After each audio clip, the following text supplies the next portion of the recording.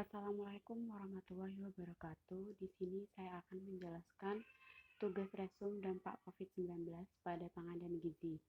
Saya Siti Arafah, NIM 17 10 32 10 16, Agribisnis Fakultas Pertanian Universitas Muhammadiyah Jember.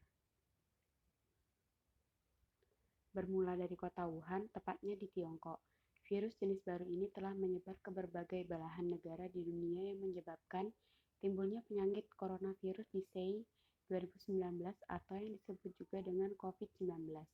Tentunya, kondisi ini tidak boleh dianggap remeh dan dibiarkan begitu saja. World Health Organization (WHO) pun juga sudah menetapkan pandemi COVID-19 sejak 11 Maret 2020 yang lalu.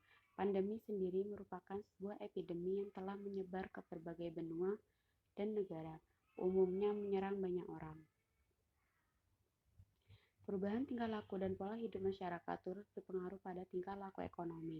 Dengan demikian, permasalahan ekonomi klasik tentunya mengalami perbedaan dengan masalah ekonomi masyarakat modern, terutama di tengah pandemi wabah yang berlangsung seperti saat ini.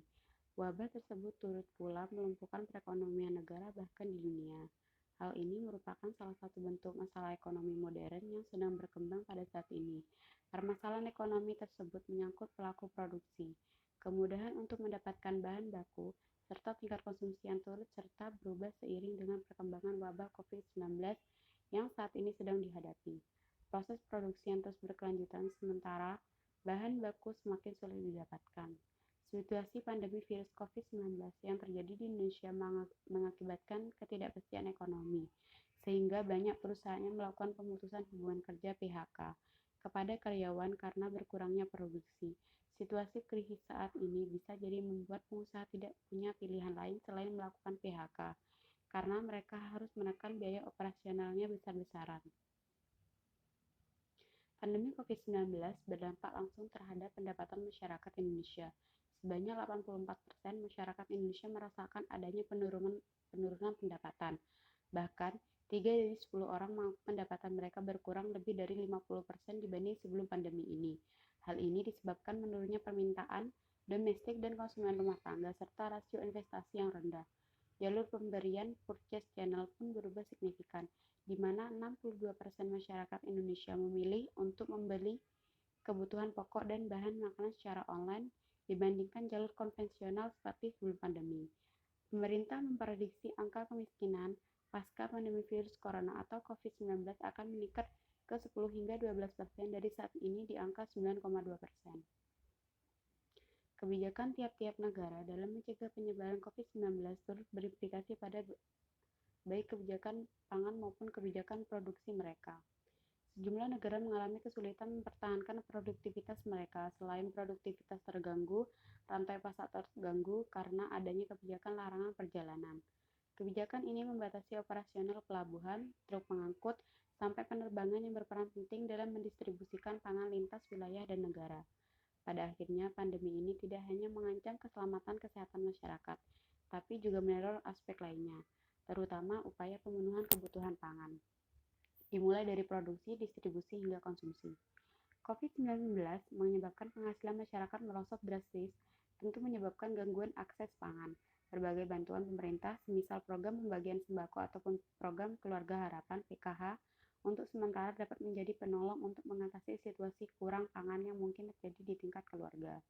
Selanjutnya, setelah akses pangan ialah konsumsi pangan yang akan sangat menentukan apakah seluruh anggota keluarga nantinya bisa mencapai derajat kesehatan yang optimal. Terjadi penurunan produksi pertanian dan sektor ekonomi lain karena penyebaran COVID-19 telah mengganggu berbagai aktivitas ekonomi di suatu wilayah atau negara. Penyebabnya karena adanya pembatasan interaksi sosial, sehingga orang akan menghindari tempat pembelanjaan dan aktivitas produksi yang menuntut kontak langsung. Juga akan terganggu pertumbuhan ekonomi global yang melambat juga menyebabkan penurunan produksi pertanian, sehingga mendorong harga produk-produk pertanian meningkat secara global. Di Indonesia, hampir semua produksi pertanian akan mengalami penurunan dengan besaran yang berbeda pada setiap skenario. Penanganan kasus kekurangan gizi wasting perlu menjadi prioritas selama masa pandemi. UNICEF memprediksi pandemi COVID-19 meningkatkan jumlah kasus stunting akibat wasting. UNICEF Indonesia mengingatkan tanpa tindakan yang memadai dan tepat waktu, jumlah anak yang kekurangan gizi (wasting) diprediksi akan meningkat sebanyak 15% atau 7 juta di seluruh dunia pada tahun pertama pandemi COVID-19. Badan PBB itu mengatakan setiap 1% penurunan produk domestik bruto (GDP) global meningkatkan jumlah anak stunting sebanyak 0,7 juta di seluruh dunia. Merebaknya virus corona COVID-19 berdampak pada sektor pertanian, yaitu mengganggu kegiatan bertani sehingga diperkirakan menurunkan pendapatan produsen.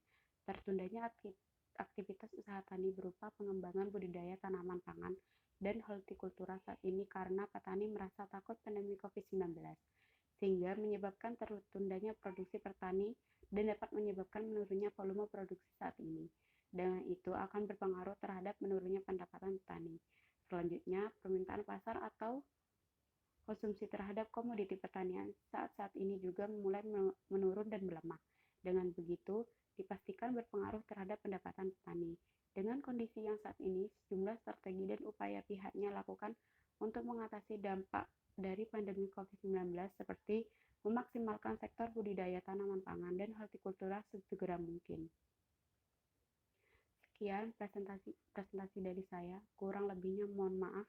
Wassalamualaikum warahmatullahi wabarakatuh.